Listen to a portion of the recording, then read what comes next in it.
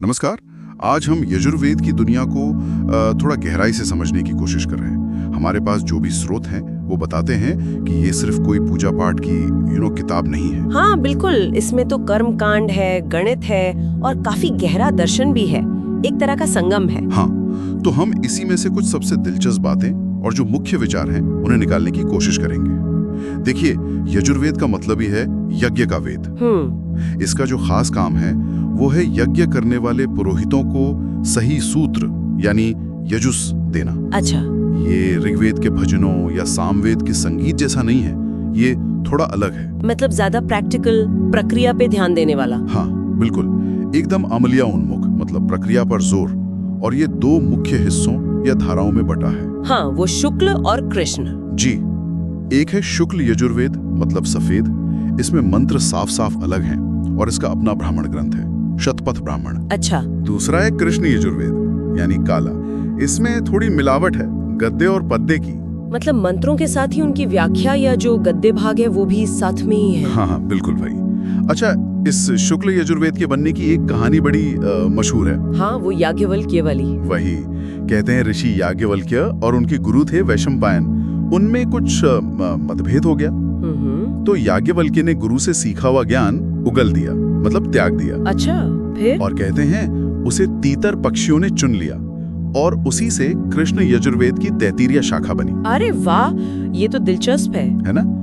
फिर याज्ञवल्क्य ने सूर्यदेव की तपस्या की और उनसे ज्ञान का एक नया एकदम व्यवस्थित रूप पाया, वही शुक्ल यजुर्वेद कहलाया। तो ये कहानी सिर्फ ज्ञान के दोबारा मिलने की नहीं है। हाँ, इसमें ये भी है कि कैसे ज्ञान की अलग अलग धाराओं को पौराणिक कथाओं के जरिए समझाया गया, स्वीकारा गया। सूर्य मतलब स्पष्टता, पवित्रता। बिल्कुल। और शुक्ल यजुर्वेद से जुड़ा जो शतपथ ब्राह्मण है, हाँ। वो तो अपने आप में मतलब एक पूरा विश्वकोश जैसा है। हाँ, सुना है, बहुत विस्तृत है। बहुत। ये सबसे बड़े ब्राह्मण ग्रंथों में गिना जाता है।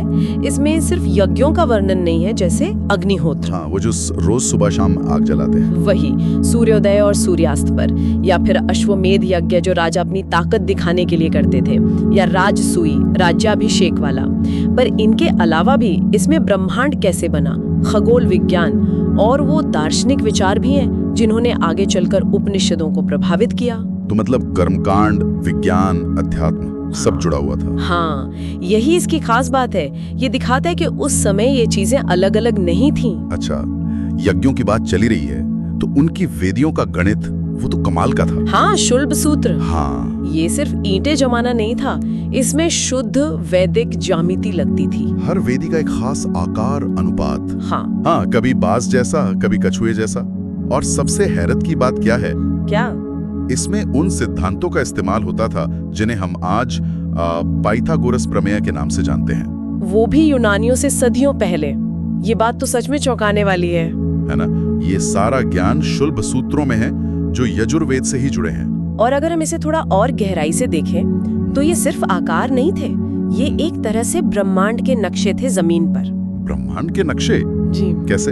इन आकृतियों और अनुपातों के जरिए वो ब्रह्मांड की व्यवस्था, जिसे ऋत कहते थे, उसे स्थापित करने की कोशिश करते थे। अच्छा। ये गणित और ब्रह्मांड के बीच एक गहरा संबंध दिखाता है। माना जाता था कि सही ज्यामिति से यज्ञ का असर बढ़ता है, ब्रह्मांड का संतुलन बना रहता है। कमाल है। अच्छा, अश्वमेध यज्ञ का आपने जिक्र किया था, यजुर्वेद में इसका बड़ा वर्णन है। हाँ, काफी विस्तार से। राजा अपनी शक्ति दिखाने के लिए, अपने साम्राज्य की सीमाएं बताने के लिए इसे करते थे। एक सजे हुए घोड़े को छोड़ देते थे। हाँ, साल भर के लिए। वो जिन जिन इलाकों से गुजरता था, वहाँ के राजा या तो अधीनता मानते या फिर लड़ाई होती थी। और साल के आखिर में उस घोड़े की बलि दी जाती थी। पर ये सिर्फ एक राजनीतिक शक्ति प्रदर्शन था? नहीं, उससे कहीं ज्यादा। ये राजा के शासन को सिर्फ जमीन पर ही नहीं, बल्कि समय और वो जो ब्रह्मांडीय व्यवस्था है, ऋत, उसके साथ जोड़ने का एक तरीका था। अच्छा। घोड़ा सूर्य का प्रतीक भी माना जाता था। उसकी यात्रा राज्य में व्यवस्था और धर्म के फैलाव को दर्शाती थी। रामायण, महाभारत में भी इसका जिक्र है। हाँ, सही कहा। तो इसका मतलब यजुर्वेद सिर्फ बाहरी कर्मकांड तक ही नहीं रहा, ये अंदर की तरफ, मतलब दर्शन की ओर भी गया। बिल्कुल।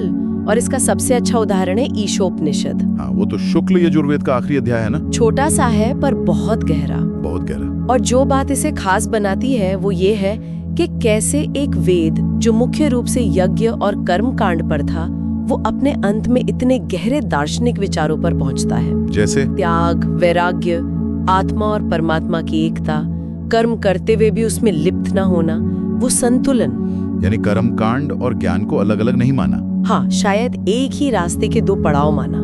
महात्मा गांधी भी ईशोपनिषद से बहुत प्रभावित थे, अक्सर उसका जिक्र करते थे। एक और बात, यजुर्वेद के मंत्रों की भाषा भी थोड़ी अलग है ना। ऋग्वेद जितनी काव्यात्मक नहीं लगती। हाँ, ज्यादा सीधी है, निर्देश देने वाली, जैसे किसी काम को करने की विधि बता रहे हो। कार्य क्षमता पर ज्यादा जोर है। सही। और सोचिए, ये सारा ज्ञान हजारों साल तक बिना लिखे कैसे बचा रहा, ये भी तो एक पहेली है। हाँ, ये मौखिक परंपरा की वजह से बड़ी जटिल तकनीकें थी याद करने की। जैसे वो क्रम पाठ, जटा पाठ। हाँ, क्रम, जटा, घन पाठ, इनमें मंत्रों के शब्दों को अलग अलग बहुत मुश्किल पैटर्न में बार बार दोहराते थे, ताकि एक अक्षर भी ना बदले। बिल्कुल, एक मात्रा भी नहीं। ये याददाश्त और सटीकता का मतलब अद्भुत प्रमाण है। तो कुल मिला के हमने देखा कि यजुर्वेद कर्मकांड की विधियों से शुरू होता है, फिर गणितीय सटीकता तक जाता है और फिर गहरे आध्यात्मिक दर्शन में पहुंचता है। हाँ, ये सिर्फ एक धार्मिक ग्रंथ नहीं है, बल्कि प्राचीन भारत के ज्ञान विज्ञान का एक बहुत महत्वपूर्ण स्रोत रहा है। हाँ, चाहे वो खगोल विज्ञान हो, ज्यामिति हो या फिर दर्शन। हाँ, इसने भारतीय संस्कृति के कई पहलुओं को गहराई से प्रभावित किया है। तो जाते जाते हमारे सुनने वालों के लिए सोचने को एक बात छोड़ जाते हैं। जरूर। सोचिए कि हजारों साल पहले बनाए गए ये नियम, ये सिद्धांत, चाहे वो यज्ञ की वेदी के हों या जीवन जीने के, क्या आज भी हमारे लिए कोई मायने रखते हैं?